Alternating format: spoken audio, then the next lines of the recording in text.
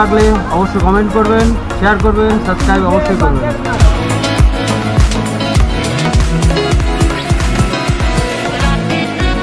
প্রায় 20 মিনিট গাড়ি চলার পর আমরা চলে এসেছি আমাদের প্রথম ভিউ পয়েন্ট রিম্বি ওয়াটারফলস। জায়গাটা খুবই সুন্দর, দারুণ। এই রিম্বি ওয়াটারফলসটা দেখে আমাদের পরবর্তী গন্তব্যস্থান অরেঞ্জ গার্ডেন। আমরা চলে এসেছি অরেঞ্জ গার্ডেন। দেখতেই পাচ্ছেন 9টা থেকে 5টা পর্যন্ত খোলা থাকে।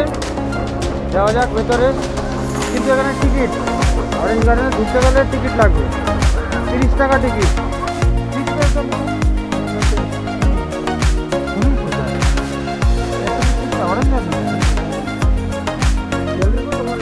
ऑरेंज गार्डन देखने के लिए 70 रुपया कर दूँ?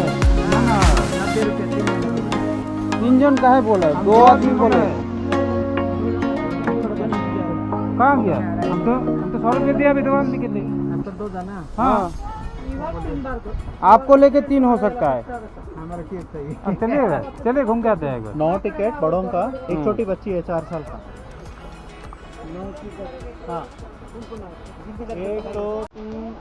টিকিট কেটে ভেতরে প্রবেশ করতেই চোখে পড়ল গোলাপ গার্ডেন। গোলাপ গার্ডেন দেখার পর আমরা এগিয়ে যাব অরেঞ্জ গার্ডেনের দিকে। দেখতে থাকুন ভিডিওটা। চলুন অরেঞ্জ গার্ডেনের দিকে। दुकानों আছে अखरोट। ये अखरोट है तो? अखरोट है। अच्छा, 100 है, 200 का है। अरे वो वाला क्या है? वो वाला ये पीच पीच फ्रूट है, यहाँ का लोकल फ्रूट। अच्छा, पीच फ्रूट।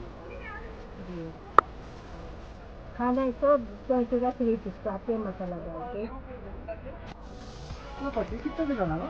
ऑरेंज जूस है, फ्रेश अभी निकाल के रखा है। ऑरेंज नहीं पीने, फ्रेश है। और यहाँ मिलेगा चाहिए? ऑरेंज देखने के लिए मिलेगा वहाँ पर है। मैं देख के आता हूँ पहले।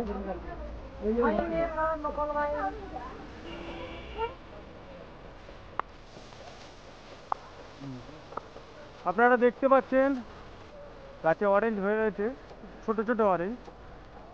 সব গাছে নেই, এই একটা গাছে।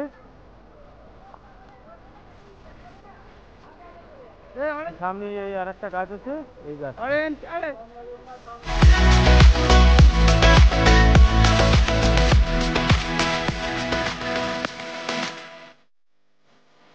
অরেঞ্জ গার্ডেন দেখার পর একটু এগোতেই চোখে পড়ল সামনে পাহাড়ি নদী।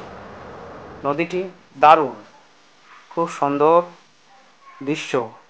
এই নদীর ধারে আমরা অনেকক্ষণ ধরেই ছিলাম, অনেক ফটোও তুলেছি।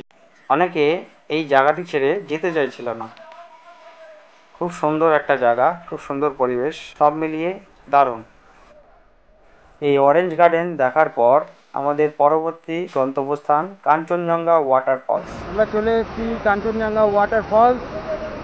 খুব দারুণ জায়গাটা, এটার নামই কাঞ্চনজঙ্ঘা ওয়াটারফলস। দেখুন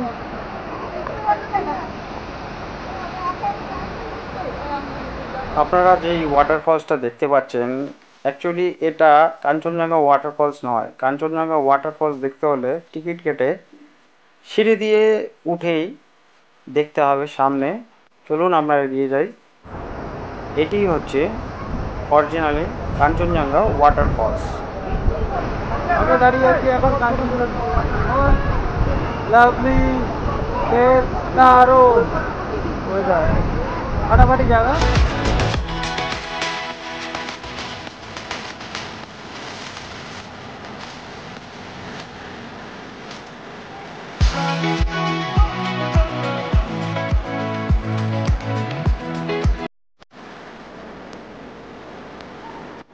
আমাদের পরবর্তী গন্তব্যস্থান কচ্চবেড়ি লেক। সেই জায়গায় যাওয়ার জন্য যে রাস্তাটা খুবই খারাপ রাস্তা। আমরা চলে এসেছি আমাদের পরবর্তী গন্তব্যস্থান কচ্চবেড়ি লেক। এই জায়গাটিতে অতি প্রাচীন সব গাছপালা দেখতে পারবেন, তার মাঝখানেই রয়েছে একটি লেক। এখানকার প্রবেশ মূল্য 30 টাকা প্রতিজন। ঢুকতেই ডান হাতে দেখতে পাবেন নানা রকম পোশাক, অলংকার, যেগুলো পরে আপনারা ফটো তুলতে পারবেন, যার মূল্য 100 থেকে 300 টাকা পর্যন্ত। এবং ঢুকেই বাঁ দিকে দেখতে পাবেন ফিশ ফিডিং জোন। এখানে নানা রকম রঙিন মাছ দেখতে পাবেন।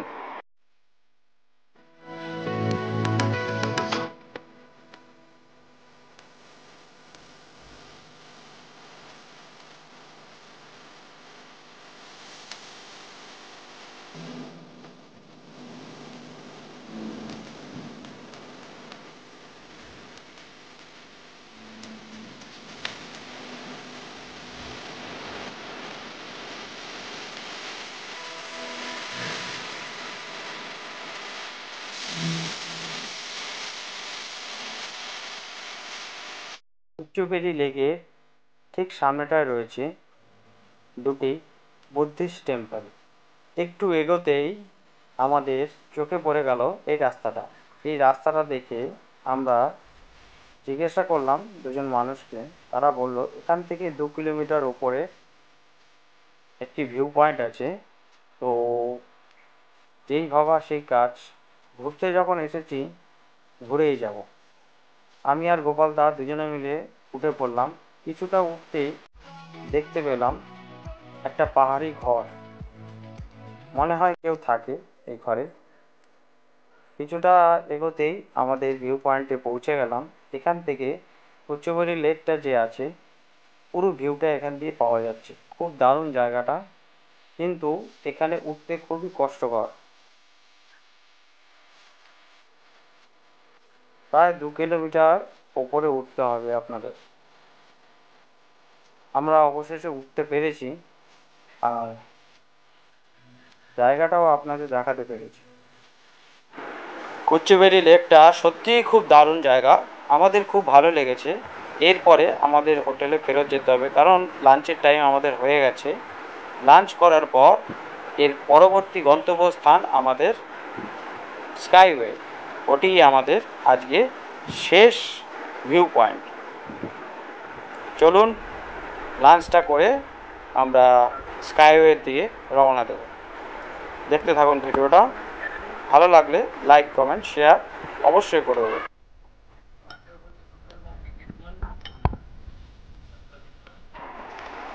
খুব তাড়াতাড়ি আমরা লাঞ্চটা কমপ্লিট করার পর পৌঁছে গেলাম স্কাইওয়ে, কারণ এখানে বিকেল 5টার মধ্যে মন্দিরের দরজা বন্ধ করে দেয়। এখানকার প্রবেশ মূল্য 100 টাকা প্রতিজন। টিকিট কেটে আমরা ভেতরে প্রবেশ করলাম।